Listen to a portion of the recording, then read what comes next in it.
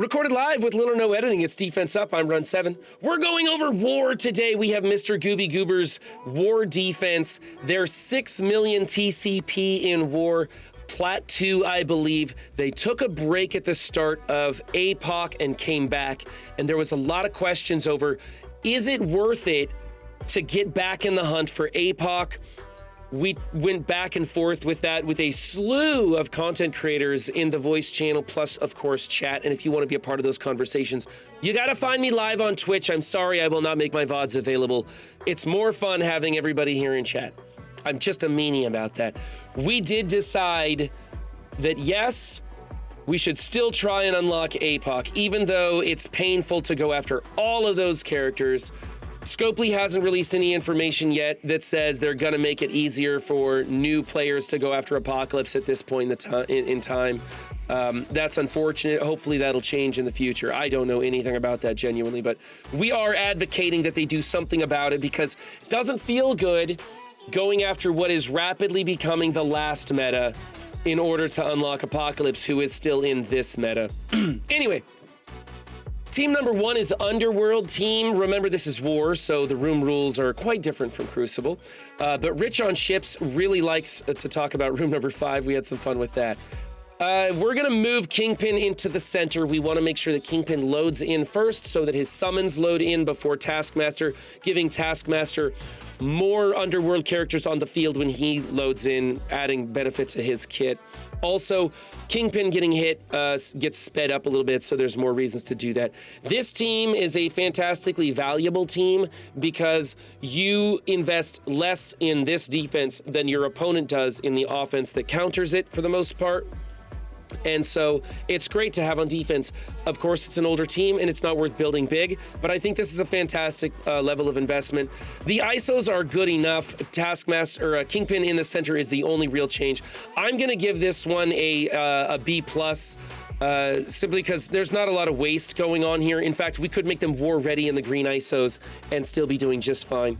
Moving on to room number 2 is a busted up unlimited X-Men. And now this room is kind of a tease. Goobie has Rogue unlocked, just likes to use her on offense.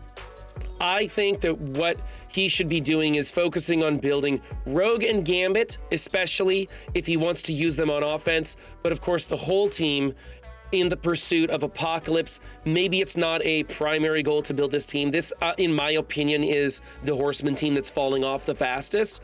Still pretty valuable, still works really well. I think that Death Seed could be better used on offense for some more niche maneuvers. I don't think she's really doing anything on this team. So all in all, I think let's just go for the 5-piece. Let's go ahead and continue building the X-Men. Don't get too excited about it. They may get you some wins. They may not. It really depends on what level you're at and what your opponent's got. By the way, he's operating in the flight deck adjacent to security, so he has that defense down. And I'm going to give this team a C at best. I don't think this is very exciting. I think it's a waste of Gambit. You are using Rogue to good effect on offense, but she would do better if she was paired with Gambit on offense and used in conjunction with other 2- and 3-piece teams. All right. Team number 3 is going to be a Tangled Web with Kestrel. Team Rescue is not doing anything on this. What we figured out we want to do is add America Chavez in place of Rescue. Make sure that she has that passive ability, adding the 25% turn meter on spawn to adjacent. Then we're going to get rid of Noir and add in Emma, making this team super duper fast. Basically, it's going to require your opponent come into it with like an Infinity Watch, which is going to have to tank some hits and then finally get that unavoidable ability block onto Spider Weaver to shut her down. And it's kind of a tricky match. So that's probably what we got to do here. Not too much wasted, although Noir doesn't need to be built, says the guy who built Noir to gear tier 17 because Chad made him. But definitely get Rescue out of here. She just isn't doing anything. She is all about raids, and she's not going to be very useful anywhere else. At least we haven't come up with any hybrids where she falls into play yet. Kestrel's just amazing. Earlier, I think yesterday on stream, we were watching her ping for ridiculous amounts. Doolam was watching her ping for more than APOC Falcon Punch damage. It's hilarious. So Kestrel's amazing. Let's go on to room number 4, which is a big time team. There's a lot we could say about this big time team, primarily if you want to build this, and this is very luxury area, okay? You want Skirmisher on Ant-Man, Striker on pretty much everybody else. And then Big Time needs to be built the biggest in order to tank the hits. Once he dies, the team just folds like a deck of cards. Also, the placement is fine on this. But however, for Gooby, I'm thinking don't do anything. The best value you're going to get out of this is unexperienced players going, oh my goodness, it's an infestation team, and punching down into this with like a 700 gamma because they don't understand that you can beat this with a lot of stuff at this level. It really is luxury. It really has to be built very big before it becomes problematic. And everybody in the game built Nowhere, and Nowhere just destroys this. Honestly, if Nowhere went into this team, it would be a victory because you're pulling a much better war team into what is essentially hot garbage right here. It just looks like it could be pretty cool to people who don't know better. So for me, this is like a B. Being that it wasn't built too big, it's fine. You could use Big Time in Arena, although I'm not bothering with that, and I think that's going to go away pretty soon, especially as the Super Scrolls start filtering in. The Big Time little trick is not going to be happening. So not a huge loss here, but don't do anything, don't change anything, don't waste anything. And on to room number 5. It's Death Seed. The only problem we have with this is we'd like to see Psylocke with the blue ISOs. We'd like to see Magneto switched back to a Striker. We're only using him as a Skirmisher in Crucible for room 2. And check out other videos to see why. Otherwise, this is great, so I'm going to go A- on this. Team number 6 is the Green Gamma. The Green Gamma without Abomination. Gooby is using Abomination with Red Hulk for offensive maneuvers, and we don't like that. We want a 4-piece Gamma team with Captain America in here, or something like that. Green Gamma, try to go healers on it. The team sustains itself. It takes turns. It's just tricky to get through.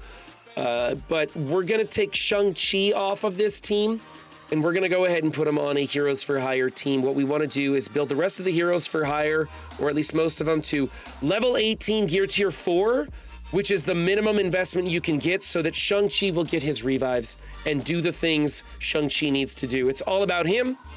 We're min-maxing that team to the extreme, basically forcing your opponent to put more of an investment into the counter than you did for the defense. And we're making 2 defensive teams, and we're keeping Red Hulk for offense. Gooby is the smallest person in their alliance, or one of the smaller people in their alliance, and so they're either relegated to small matchups, cleanups, sacks, things like that, or they're having to do some pretty drastic punch-ups with specific characters. And that's actually a fun place to be in, especially if your alliance is carrying you to better rewards. So we want to try and keep some offensive features wherever we can. We'll talk about that more as we move on. But I would like a Green Gamma, a Green Gamma with Captain America, and I would like a very lopsided Heroes for Hire team. This, to me, isn't very exciting. I think this Luke Cage is an absolute waste. This is basically a 4-piece team right here. So for me, this is a C+ at best. Over here, we have the Bifrost team with Hela. I do not like Hela on defense. Also, Gooby is going to be unlocking Iron Man Zombie very soon with the pass that's in play right now. And he's going to be having a lot of fun with that Undying team on offense. Hela's just a liability. Now, Zero did point out to me that there are not as many teams that carve into Hela on defense as there used to be at this level, but there's still enough that it's kind of a liability. The better thing to do is, regardless of what level she's at, put Valkyrie in here in her place. Even if Valkyrie dies first, she's going to give a one-off huge war bonus to the rest of this team, and you'll probably get a defensive victory out of it. So get Hela out of here, get Valkyrie in here. If not Valkyrie, go with Thor, somebody that synergizes with the Asgardians. Hela's just adding some damage to this team, but I think that she opens up a pretty big chink in the armor, and I don't think you should do it. Otherwise, not too shabby. I guess I'm going to go with a B-. I'm really not liking Hela on defense, but other people differ from my opinion. Team number 8 is the New Warriors. Loki is okay in here. She could go back on that other team. I like those other choices better. But Loki's changing some speed mechanics to those, the controllers, right? The Mystic controllers. So that's cool. But what we could do better is throw in Emma in here. If we're not going to use her with that Tangled team, we could throw Emma in here, make this team a little bit faster. It's pretty good. It's a thing to do. They're built nice. It's a nice defense. I'm going to just give it a solid A. There's nothing wrong with this one. Over here, we have the Rebirth team with Zemo. We want Zemo to be switched over to a green 5 skirmisher for the focus boost. Green ISO is pretty much in abundance. Then we're going to swap places with Winter Soldier. Zemo is giving speed to Winter Soldier, so we don't need to build Zemo up for anything. We're adding the ISO because it's super cheap. Gives him the opportunity to maybe land an ability block. Since he's so weak and he's going to die in a gust of wind, we want him next to Captain America for gap placement, creating Captain America on an island, and no one can chain over to the rest of the members of this team. It's really pretty good. We just need a few tweaks, so I'm going to go A- on this one. Over here, we have the Invaders team in our final room. We talked about replacing Union Jack with Captain Sam.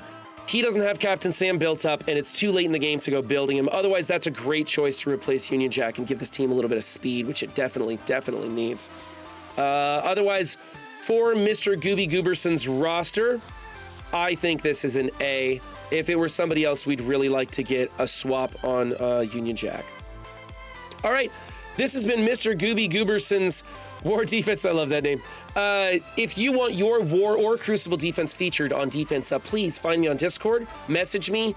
We're like 6 weeks out on the list right now, but that's okay. I don't mind stacking them up. We can try and do these 2 a week if we really need to. So just message me there. Remember, guys, don't just have a good game, be good to yourselves and others too, and I will see you next time. Bye.